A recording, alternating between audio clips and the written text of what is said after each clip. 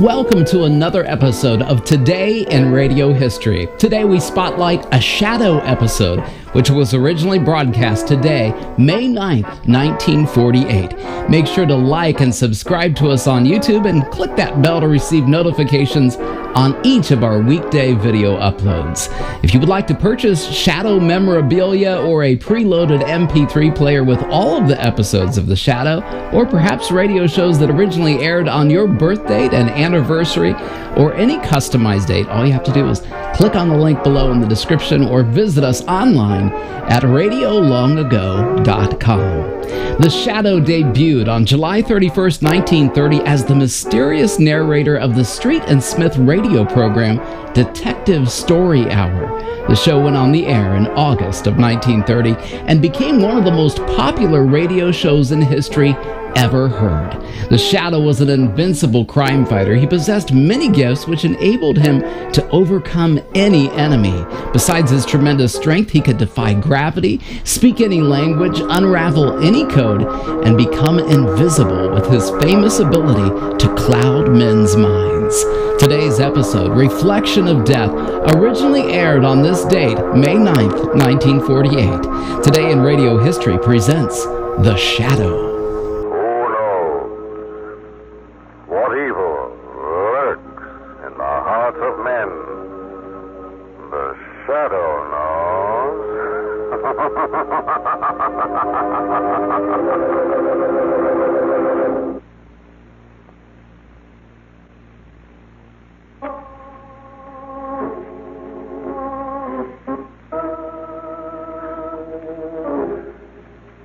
The Shadow, who aids the forces of law and order, is in reality Lamont Cranston, wealthy young man about town.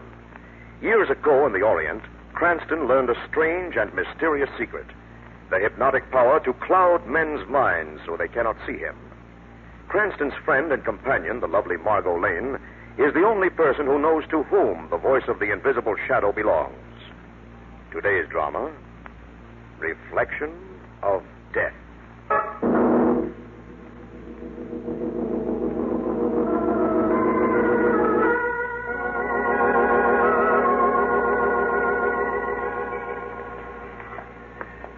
John. Yes, Nancy. That shop there. Let's go in. Antiques? My dear Mrs. Craig, it's quite true that we've been married for more than a month now, but we're not up to antiques yet. Oh, silly. Oh, please, John. All right.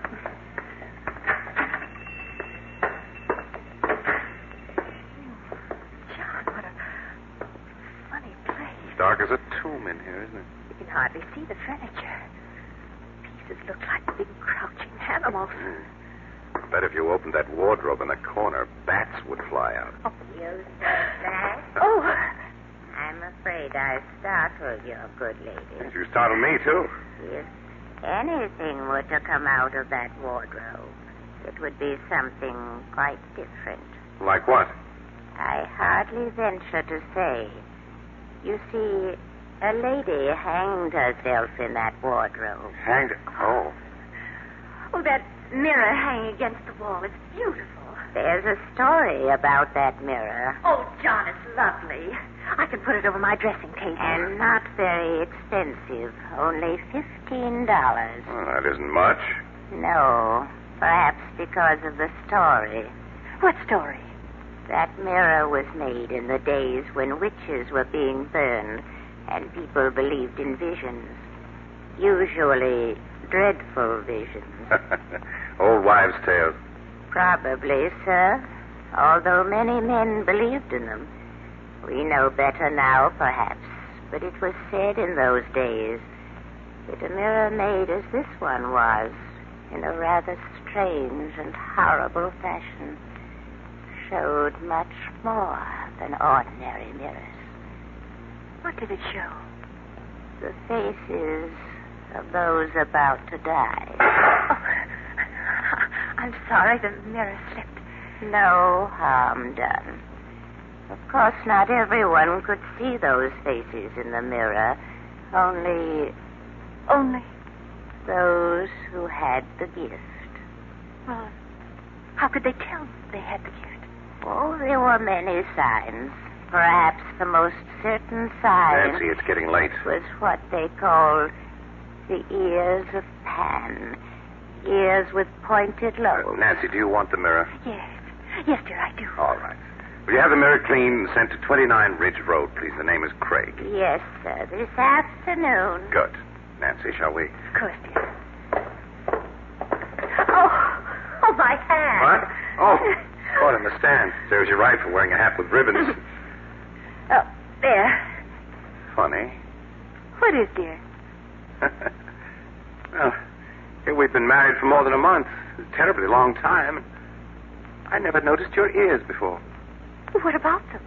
With the lobes. They're pointed.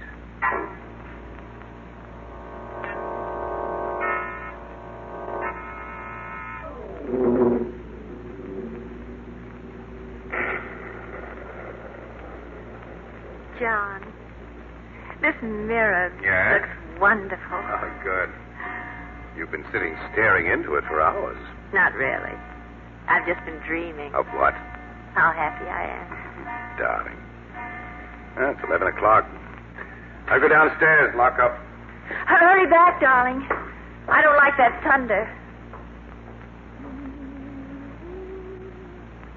Oh, the lights. John! John! John! What is it? The lights in this room went out. It's a fuse, maybe. I'll take a look down here. All right, dear.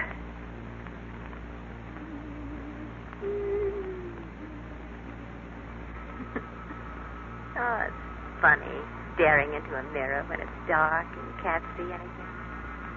I wonder, am I really there in the mirror, even though I can't see myself? Why, Oh, no. No. No!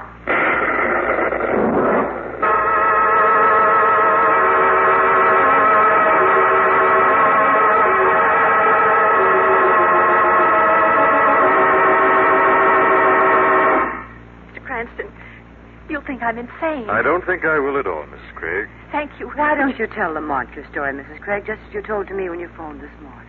All right, Margot. I know you've helped people, Mr. Cranston. Whenever I could. John laughed at the whole thing. John? My husband. But I can't laugh. It was so clear. It isn't to me. Oh, I'm sorry. Yesterday morning, we bought a mirror at an antique shop. The woman who sold it to us said there was a legend connected with it.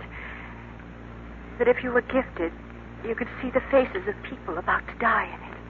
It's an old legend. Probably been told about thousands of mirrors. I know. I didn't pay much attention to it. Well, anyway, the mirror was delivered in the afternoon and placed over my dressing table. Last night, Yes. I saw my father's face in it. Well, I could see his face in the mirror, not mine at all. I could see his face, and it was horrible. in what way? His face was distorted and crumpled. He looked as though he were dead. Mrs. Craig, you mustn't let it upset you too much. I'm sorry. I can't help It it. must have been an illusion. Possibly you were tired or overwrought. Unconsciously, you were thinking of the story you'd been told about the mirror. No, I wasn't tired. I wasn't overwrought. I was very happy. Mr. Cranston, please, will you come with me and look at the mirror?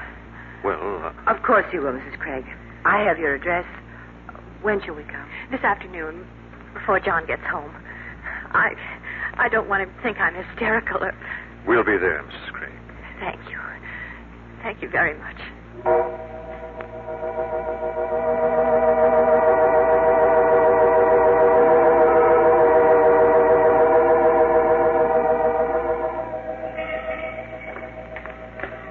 What a lovely house the Craigs have, Lamont. Yes, lovely and old. Chimes of Normandy. Very musical doorbell. Good afternoon. Good afternoon. Mrs. Craig's expecting us. Please come in. Thank you. Mrs. Craig is in the drawing room. Here. Yes? Evans, Mum. Lady and a gentleman to see you. Oh, please show them in, sir. Yes. Go in, please. Hello, Mrs. Craig. Hello, Margot. Mr. Cranston. Feeling better? Yes, I guess I am. Perhaps I was being silly. I've been sitting thinking about it. Maybe I didn't see anything in that mirror after all. Could be. Where? What is it? Telegram, Mrs. Craig. Oh, all right, Evans, come in. Western Union messenger just brought it, ma'am. Oh, thank you, Clevin. Yes, ma'am. Excuse me. I wasn't expecting a telegram. Go right ahead and read it. We've plenty of time. Thank you. I didn't think I... Oh, no. No, Maude. She's going to faint. I've got it. Miss Craig. She did faint. The couch, Lamont. Yes.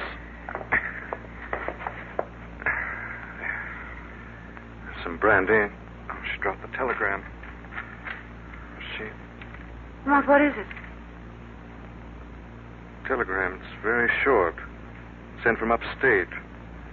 Says, regret to inform you your father died this morning at Interlaken Hospital. Signed, head nurse. Her father, Margot.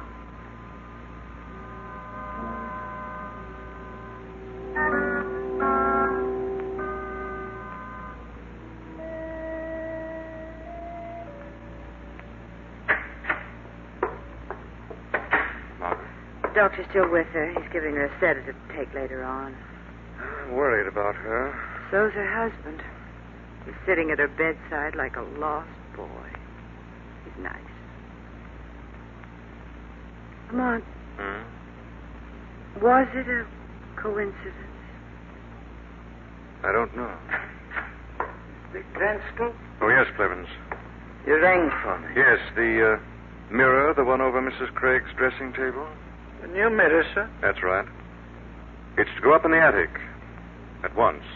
But Mrs. Craig was so fond of it. Nevertheless, I'd like to have you take it up to the attic right away. Very well, sir. I don't like him. Just a sullen old man. Well, we'd better go. It's late. I hate leaving her. It's nonsense. Her husband's here. She'll be given a sedative. All right, Margot, nothing can happen tonight. Let's go.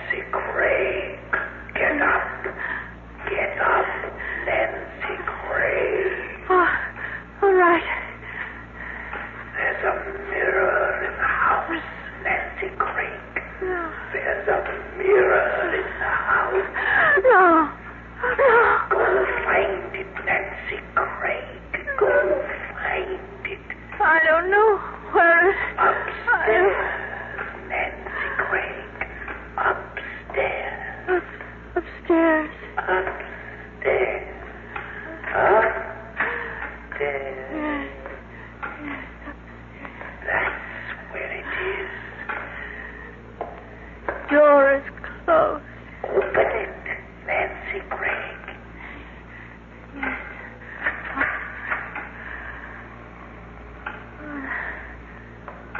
Yes. The attic. I don't see. There it is. Now you can look into the mirror. I don't want to. Look into the mirror, Nancy Craig. Look into the mirror. I look. What do you see in the mirror, Nancy Craig? I see a face. Whose face do you see, Nancy Craig? Face of Plevins. It's green.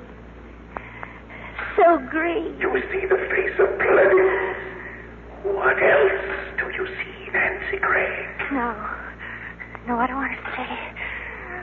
I don't want to. What else do you see, Nancy Craig? I see his face. I see his neck. There's a rope around his neck. It's drawn tight. And he's dead.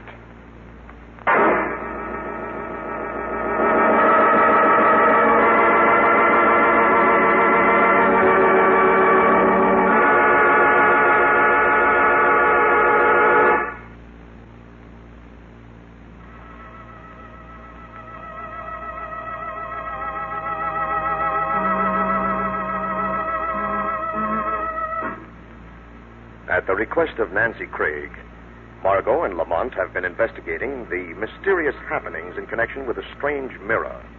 It is after midnight now, as the phone rings in Cranston's apartment. What? Oh. Hello. Cranston. Yes? It's John Craig. I didn't want to wake you up in the middle of the night, but Cranston, Nancy's disappeared.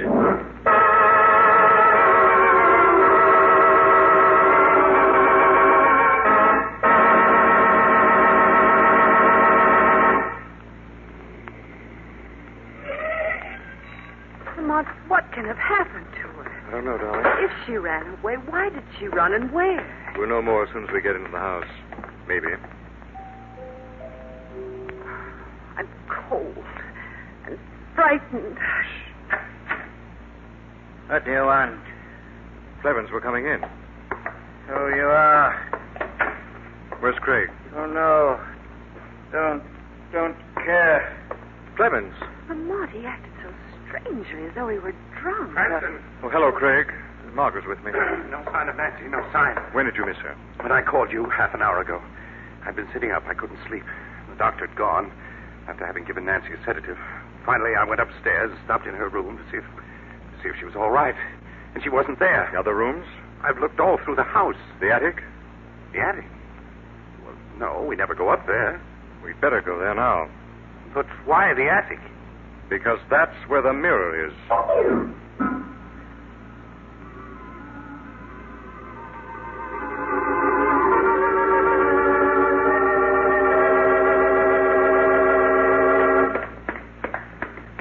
The attic here. I hear. Let's go in. Nancy! Nancy! Lamont, she's lying on the floor in front of that mirror. Poor old Fleming. Funny old man. Funny. She's delirious, Craig. Better pick her up. Yes. Got her. Carry her downstairs. We need a doctor, I suspect. It's not a psychiatrist. Green, Fleming. Green. And the room was red. And the furniture was so brown. She must have had a nightmare. Poor old Fleming. He looks so funny in the mirror. So funny. Open that door for me, Cranston, will you? Of course. I'll put her to bed. Right, there. Phone the doctor, Craig. Yes, I'll get him. He lives just a few doors away. Good. Margaret and I'll stand by here. You better hurry. Yes, I'll hurry. Lamont, she saw Clevens in the mirror. It must have been a dream. Yes, not only that, but Clevens was green. Does that mean anything? Might if what I'm thinking is true. It's a possibility. Lamont, she didn't really see anything in the mirror, did she? I think Clevens needs a visit from the shadow. Did she see anything in the mirror, Lamont? I'm afraid, Margot, that she did see something in the mirror.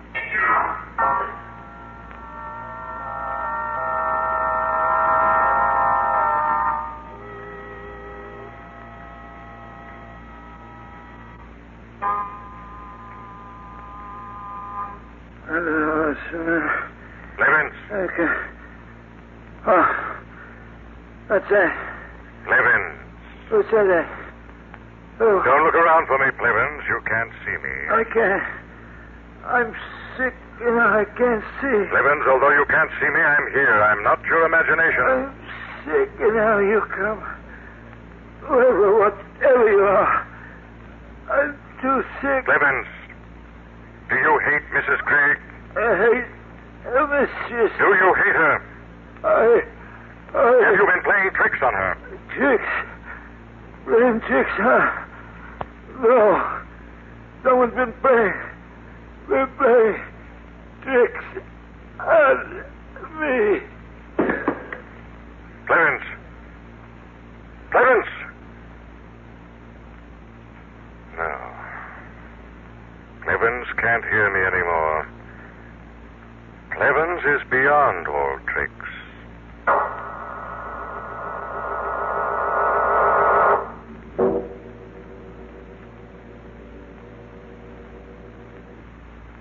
Doctor said Nancy's very ill, Cranston. He's staying with her until the nurse comes, and then she'll require constant attendance. Clevens is dead. He was poisoned, Craig. Was he? Got an overdose of Mrs. Craig's sedative. That's what the police said? Yes, they're staying in the background because of Mrs. Craig's illness. They want to question her. Cranston, they don't think It makes a certain amount of sense. She saw Plevens in the mirror. That meant Plevens had to die. Perhaps she took care of it. You don't believe that. Have you any other explanation? No, but Nancy isn't well. She hasn't been well. She can't be held responsible for anything she's done. She's asleep. Doctor gave her an injection. It'll keep running till morning. Rod? Yes. Come along.